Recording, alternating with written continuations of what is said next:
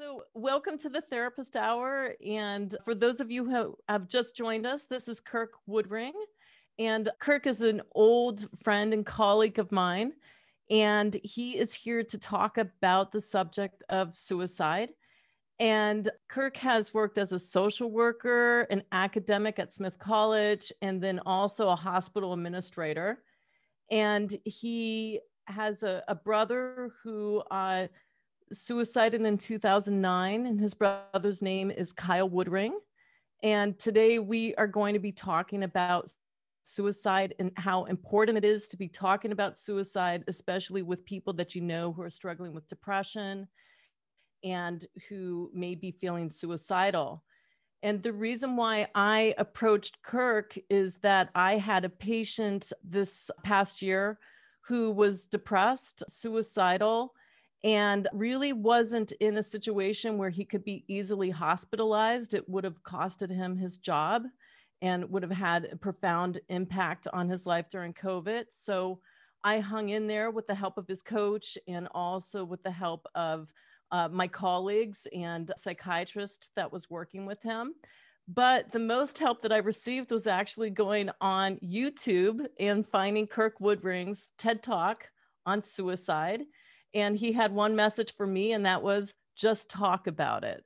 So, after watching Kirk's TED Talk, I just forced myself to get more comfortable to mention the word suicide, ask about suicide, explore suicide.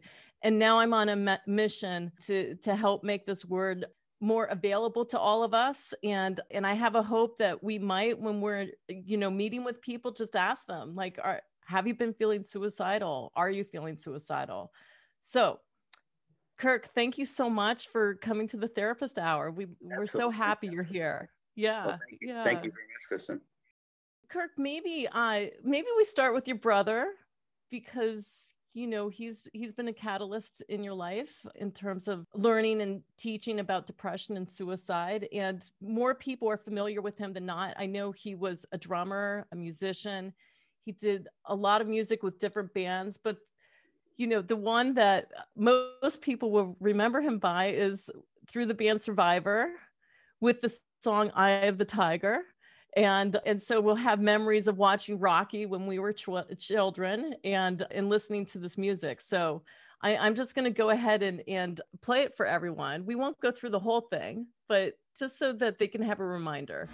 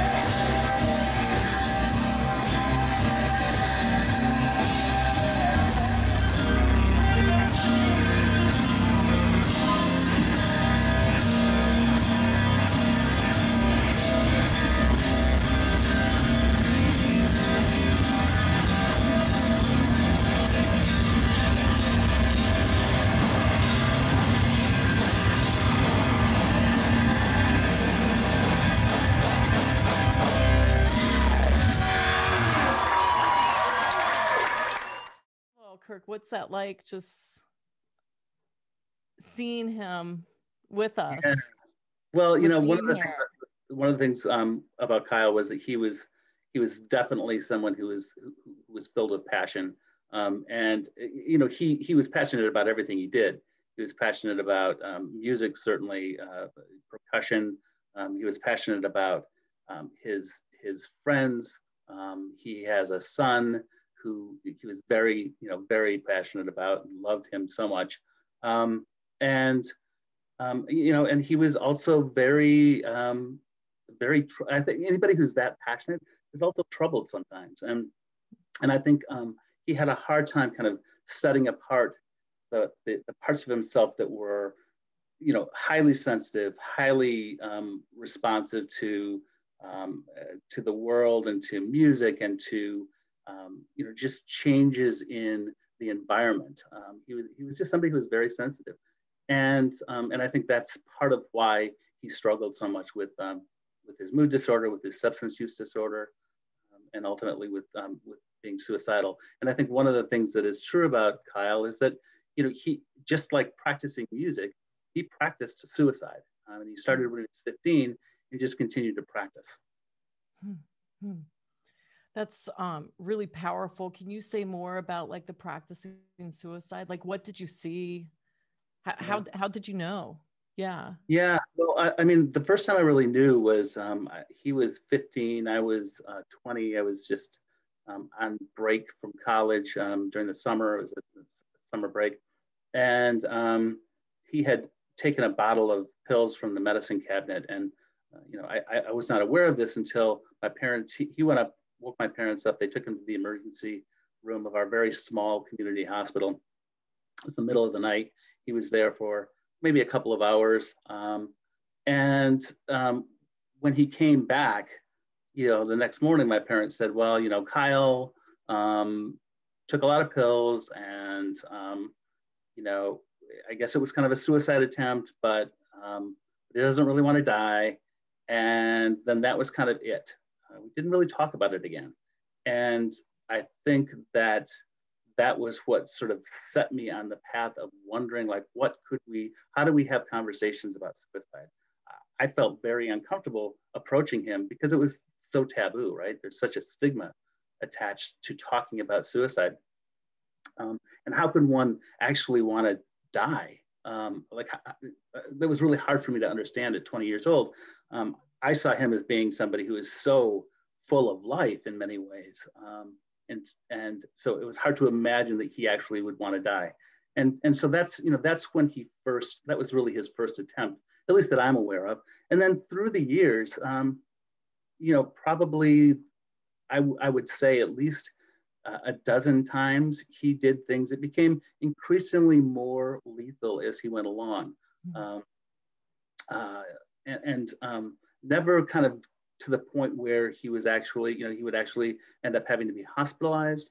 And he was never psychiatrically hospitalized, but he was always kind of pushing that limit a little bit to see kind of what's the next thing that can happen.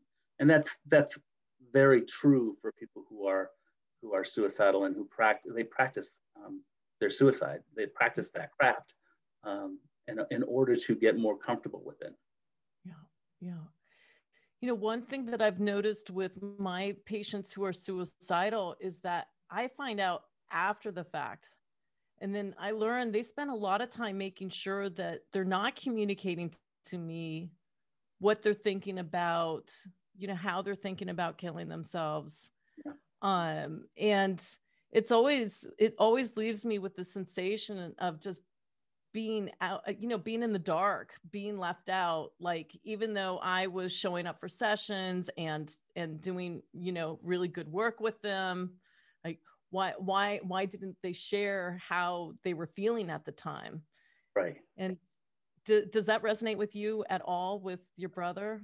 Oh, it resonates with me with my brother. It resonates with me with clients and patients that I've worked with over the years. And yeah, I mean, it really is true that people who are wanting to die by suicide and they're really intent on that are really unlikely to openly have conversations about that. And I think that's one of the things that has sort of pushed me to get people to talk more about suicide, is because, if you ask somebody whether they're thinking about suicide, you give them kind of a yes/no question. For somebody who's really intent on dying by suicide, they can easily say no, right? I mean, we know that people lie, right? So Kyle could have, if I'd had conversations with him, he might have lied to me, and probably did at times when we would have these conversations. I think the last probably 6 or 8 months of Kyle's life, he did a lot to push me away, and I look back on that now and realize that he was just trying to keep me from asking questions or keep me from engaging. He wanted me to get angry at him so I would not engage so much. And I think that's true for anybody who's struggling with suicide. Is once they've made that decision, they're probably not going to be honest with you about it unless you can really ask some questions that elicit, more honest, valid responses from them. Yeah, and I know with the person that I was working with in December who was suicidal, it was only after I watched your TED Talk that I had like the energy and the motivation to push for more, right? So because I was getting all the negative answers, right? I was asking like the right questions, but I wasn't asking them with like some sort of like internal passion behind it until after I watched your TED Talk. Then I was like, I'm going to really dive into suicide. Like I'm going to ask him every question that I can from every corner, but it wasn't like as a clinician, it was more like out of like curiosity. Like I remember saying to him, I know you felt suicidal a lot in the past, and I'm just so curious to know, where are you at right now? Yeah. Yeah. And then it was almost like, it was almost like he started revealing this garden to me. Like when you, through your TED Talk, kind of, gave me the permission to just really be open, really explore, then he started revealing what was really happening for him. Yeah. And what I found remarkable is my anxieties began to decrease the more I understood what was happening for him, and the trust between us increased. So we were able to, work together through the anniversary date that was coming up for him. Yeah.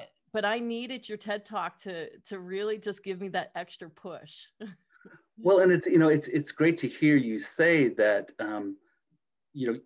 despite the fact that I'm guessing it was probably difficult to have these conversations, right, and to engage, that you had the courage to do that, and that what you found was he actually then engaged with you as well, right? And that's one of the things that I have found, is that when you authentically connect with somebody around this issue, around talking about suicide, what you'll find is that it actually is a relief, usually a relief for that person, because they feel like somebody is attuned to their concerns. And once they start talking about it with somebody who's asking them questions, authentically, vulnerably asking them the questions, what I've found is that really opens up a door for them to really begin to explore their suicidal thoughts and their actions and all of that for themselves. Because it is so stigmatizing to have those conversations. There's so much shame attached for most people to having thoughts of suicide, wanting to die, to thinking about actually doing something to kill themselves, that they don't want to share that information typically until it's been elicited by really honest, vulnerable questions. Well, yeah. And also, I mean, most certainly in the 90s, we lived in a culture where if you talked about suicide, perhaps it would increase the odds of happening. Like this fear, right? Yeah. Iatrogenic effect of the question, right? So if you start talking about suicide, then you're going to create suicidality in somebody. It's like if you start talking about having sex, then you're going to create somebody having sex. It's just, there's zero evidence, just to be really clear, there's absolutely no evidence that having conversations about suicide actually promotes suicidality. Right. Yeah. And I think in your TED Talk, you did a really great job of just kind of, mapping it out for people, how important it is, how to do it. And it certainly was helpful for me. My hope that with our interview today, that we might be able to reach out to more people who are either in the shoes that I was in, or that are, contemplating suicide. And, do you have any words of advice for both ends? Well, I think the hardest thing is actually getting started with the conversation. You and I were talking earlier this week about the fact that I have done many, many trainings with psychiatrists and psychologists and social workers, and I've sort of started to just do a little test at the end of my training. So I'll do a 3 or 4 hour workshop, and then at the end I'll have the clinicians pair up and have kind of do an assessment of each other, right? And I'll give them scripts, and I'll say, okay, here's your role. You're a client who's feeling suicidal. Here's how you kind of play this out. And then I'll ask the clinician to do an assessment, or just to have a conversation with them. And it's fascinating because about 80% of the time, both individuals who are when they're playing the clinician role fail to actually use the word suicide, to actually ask the question using the word suicide. And this is after working for 3 hours or 4 hours with folks who are seasoned clinicians. So if they're having a hard time saying the word suicide to somebody, and it's not even a real scenario, right? You get a sense of how difficult it is for someone who doesn't have clinical training, or who isn't sure and who doesn't really know. And so I think just starting the conversation is often very hard, but it's the first step. And I think that you want to look at also, what are the risk factors that somebody has? Mm-hmm. What's their history? Have they had attempts before? All those things that we know as clinicians that we've learned to kind of assess for, those risk factors to assess for. It's just important to really take those seriously, and to think about, like, what are the factors that might be playing into this person's suicidality. But the most important thing is just to begin the conversation. And sometimes it's important, in fact, most times it's important, I think, to just assume that if you're feeling that person might be suicidal, they probably are, right? You've got some attunement there already. And so just assuming that they're suicidal and asking questions around that assumption that they may be suicidal. So rather than saying, do you ever think about suicide? More like, how often do you think about suicide? How often in the last day have you thought about killing yourself? And just assuming that those things, that is something that they're actually considering, or that they have considered, and then working with them on that, and doing things that help attenuate the shame that exists for them around that suicidality, normalizing it. Like, it's not that unusual to feel suicidal, right? I mean, I read a statistic last week that was frightening to me. I mean, in the United States, we're already in a suicide epidemic. Yeah. And the CDC, back in 2013, designated suicide as an epidemic in the United States. Since COVID hit back not even a year ago, we're looking at suicide rates possibly going up as much as 40% from already, epidemic rates. So, and I know that's happening in the United States, and I also know that it's happening across the world.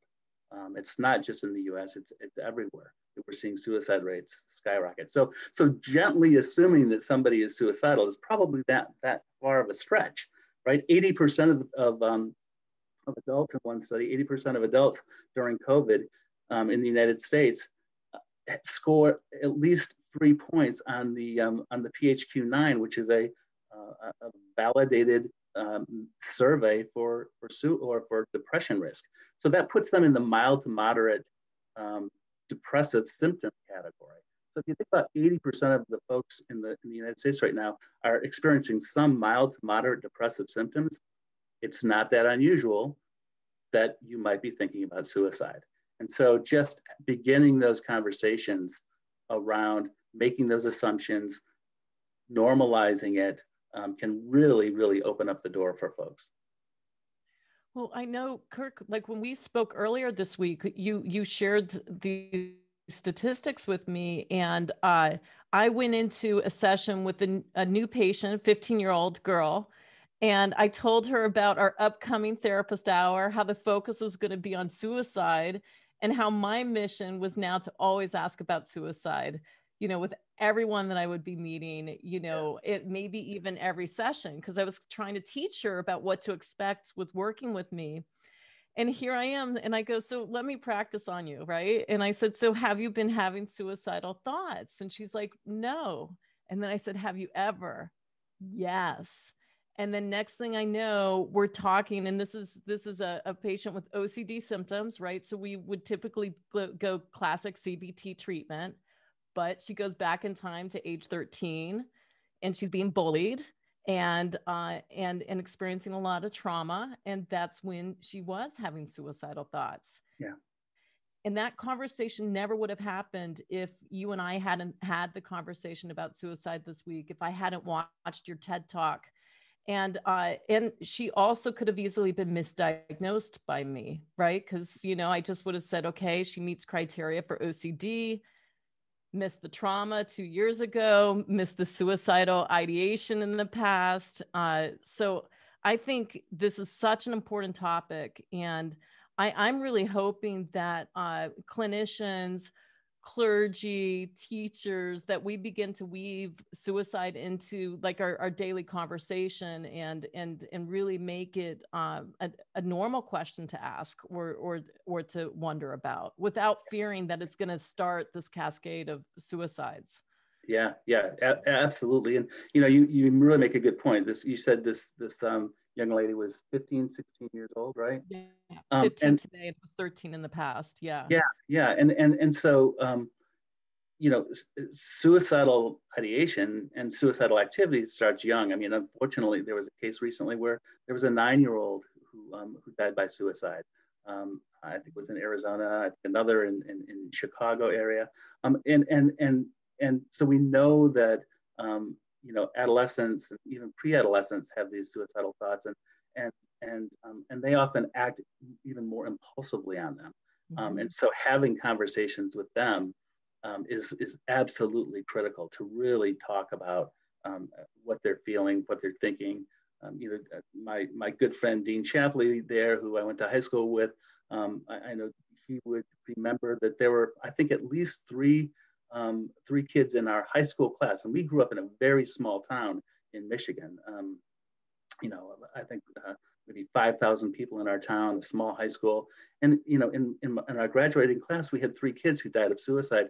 And we never talked about that as a school, as a community, as a church. We didn't really have those conversations about suicide. It was always kind of pushed to the side. And so we can't keep hiding suicide. We need to talk about it. We need to open it up. We need to have conversations starting young with kids and with young adults, so that we can take away some of the stigma that's attached. We're not advocating for suicide, but we're advocating for talking about suicide so that people don't feel so ashamed that they can't have those conversations. Absolutely. And I know for myself, when I'm working with adults who have early childhood trauma, it's very natural for me to ask them, when was the first time you felt suicidal? And I usually hear about age 5, right? Yeah. I was standing, outside the window, and I was thinking about jumping, and then, from age 5, age 7, age 10, age 13. So it is important that we begin to create a culture where it's more comfortable to talk about suicide. And I think for therapists, what's really hard is there's the legal aspects of, if someone tells me that they are suicidal, right? What do I do? Right. And one of the hard things with COVID is, the hospitals are full, right? People are really struggling with making ends meet. It's a different time. Yeah. And I think that there's a lot more stress on all of us to really be supportive to our friends, colleagues, family members who are suicidal, and to be there in a way that they need us to be there, but in a way that we can really help. And so can you say more about that? Like what can we do as clinicians, friends, colleagues? I think, I think we have to have a support network of folks who will help us, right? And recognize that we're not in this alone. Just as the person that we're working with or that we care about that's feeling suicidal isn't alone. And that's really important to make sure that they understand that they're not alone, and doing whatever you can to kind of wrap around support of them. The same is true for us as clinicians or for family members, to recognize that we're not alone and that there are supports. And that, hospitalizing somebody doesn't make them less suicidal. It really doesn't. There's no evidence that hospitalizing somebody makes them less suicidal. What it does is it helps get them through that suicidal crisis, right? And to be provided with some support and assessments and connections with other people to then work on the longer term concerns about their suicidality.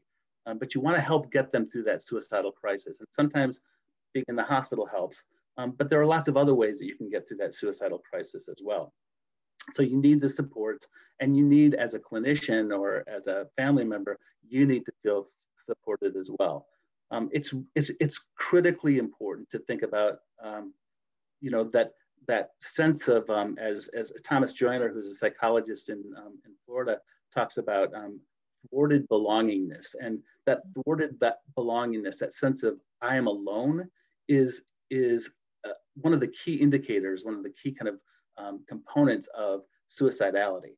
And so he talks about that thwarted belongingness, that sense that I'm alone. Well, if you think about where we are as a world right now, right, during the pandemic, there's so much more isolation. People feel so much more disconnected from each other, and that shows itself. It plays out in so many different ways. It plays itself out culturally, politically, and so that thwarted belongingness is important to be paying attention to for yourself and for the folks that you're working with. The other thing that Joyner talks about is that sense of, he calls it perceived burdensomeness. The idea that I'm a burden on others. Whether that's true or not, if somebody is feeling that sense of burdensomeness, that maybe they've lost their job, maybe they are struggling with issues around their health, right? Somebody who is one of the long haulers with COVID, and they've lost some ability to function. I mean, I can think of several folks that I know of personally who are struggling with all of the long-term effects of COVID. That burdensomeness on others is another key indicator, one of those key components of suicidality. And then the third piece, and this gets into kind of what we talked about earlier, the practicing piece, is that I'm not afraid to die. And the only way you become not afraid to die is to attempt it, right? And to practice it. Or that's one of the main ways that you begin to understand that is to practice that. And so what we're looking for in giving support, providing support, are making sure that we understand, does the person feel alone? Do they feel that they're a burden? And have they been doing risky things that could be, potentially lead them towards getting more comfortable with not being afraid to die? So for us as kind of either lay people or as clinicians, what we can do is we can really reach out to each other and get support, for each other through peer supervision or connections that way. And the other thing, and consultations, the other thing is that you should be reaching out to folks in that person's life that can be helpful too. So it's not, don't feel like you're carrying the burden of the suicidality, but who are the resources that person has in their life? Are there, are they connected to the church? Are there ministers, or are there priests, or are there, family members? Who is there to also provide support? And sometimes it's hard to find, especially for somebody who's feeling like they're a burden all the time and that they're alone. As we begin to wrap up today, like here you were like 20 years old, right? And this tears me up. And your brother was suicidal. What did you need? Well, that's a good question. I think at the time I needed to feel connected to him, and I did. I think in the moment I did the only thing I could do, and for like a week after he attempted suicide, I literally slept on the floor at his bedside to make sure that he didn't, do something stupid, right? And that was at that point in my life, and where I grew up and my family, that was really all I could do. Having conversations about suicide at that time, this would have been, mid 1980s. It's not something in the Midwest that we did. We didn't talk about this. And so, looking back on that, I've had many conversations with my parents about this. both while Kyle continued to be suicidal as an adult, but also after he died by suicide, about things, what could we have done differently? Not blaming anybody, but just, are there things that we could have done differently? And I think the things I kept coming back to was we could have talked about it. And we could have really tried to engage him in conversations, even when he was resistant to doing that. We could have done that. And I think what I needed was somebody probably that could have helped me with that at the time. And it wasn't until I became, a social worker and started working actually in emergency departments and seeing folks who were suicidal that I really began to understand how important that was. That is for all of us. And so, it's important as a clinician now for me to be talking to the family members and to say, how are you doing? Like, what's it like for you to talk about this? Does this bring up maybe your own suicidality or maybe your own attempts that you've made in the past? And we know that suicide, runs in the family. And so, let's have those conversations as well. Yeah. Yeah. I mean, I know for myself, I've had to develop a thick skin when I know someone's suicidal and I reach out to them, how are you doing? And I get the pushback, the avoidance.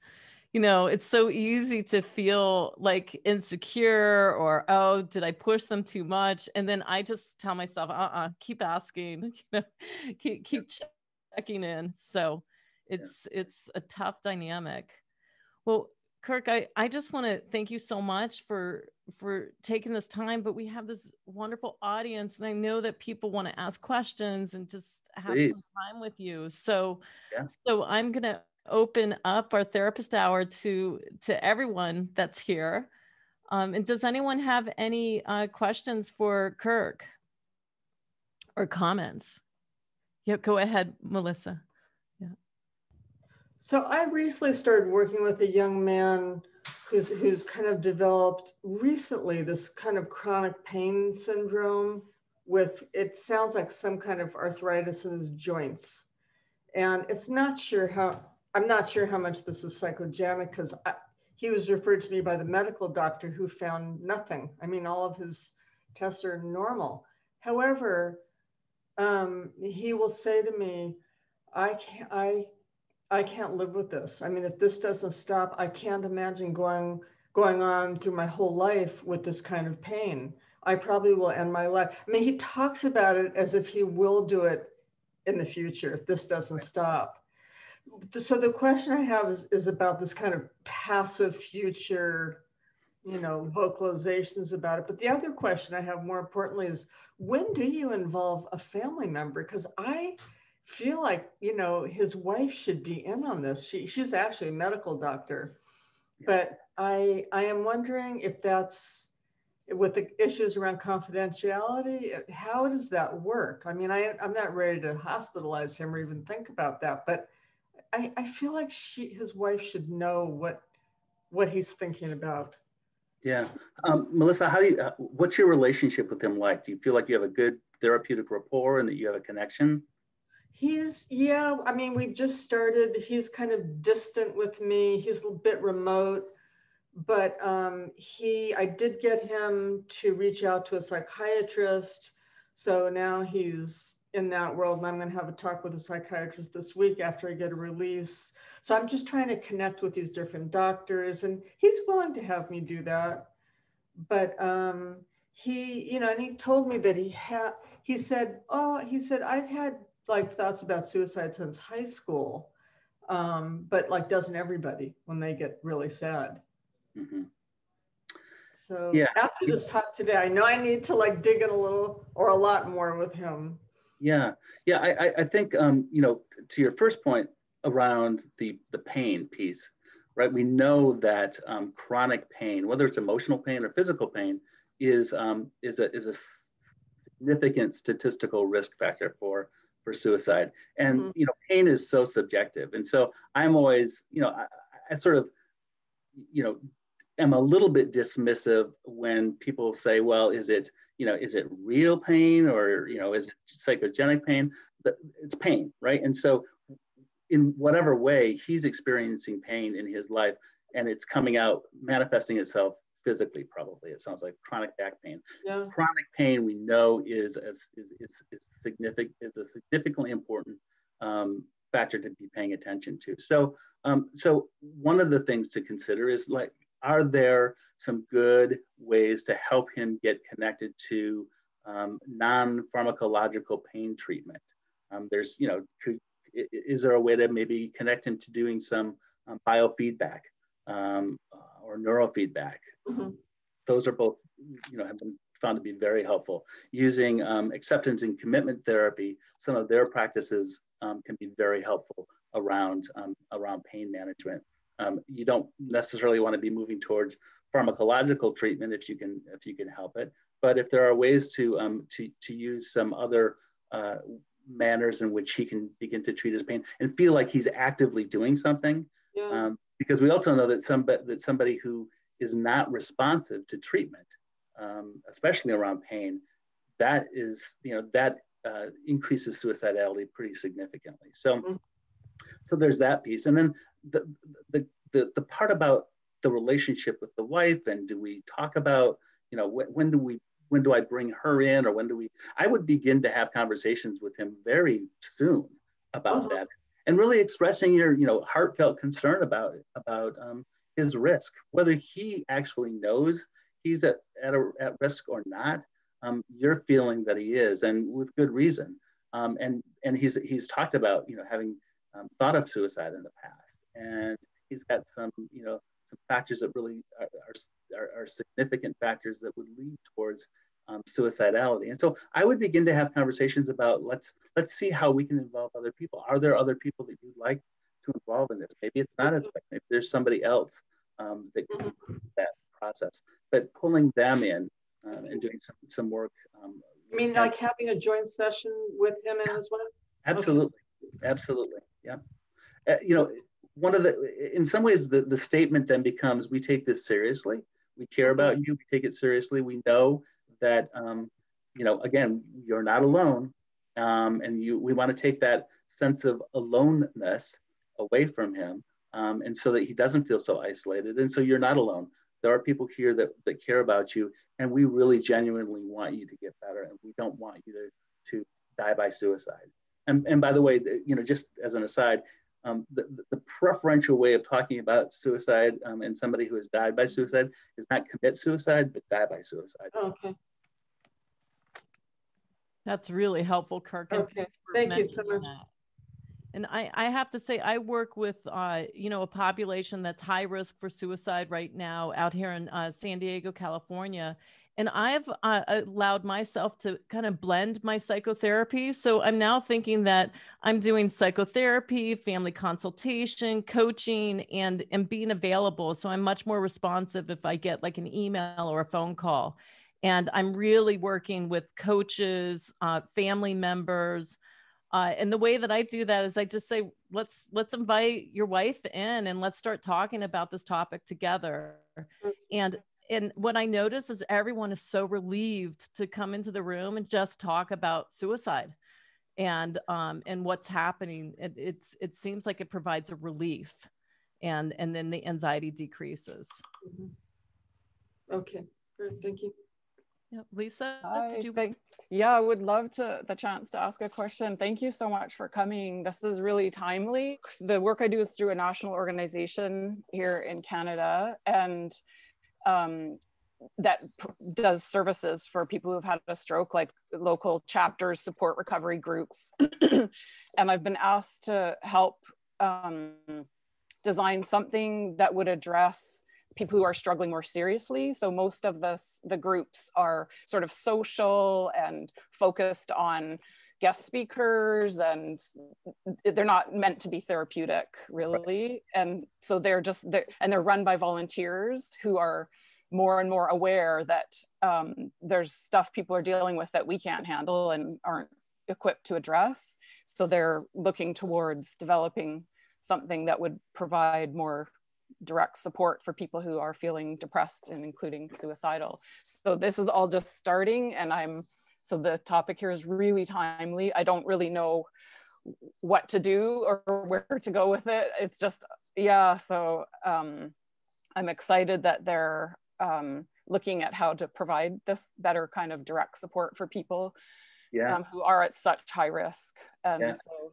well, Lisa, it's interesting because one of the things that I have found, and I stumbled on this sort of by accident because we had one of the clinics. In fact, it was the clinic that Kristin and I worked together at Mount Tom Clinic, and I ran the crisis team there.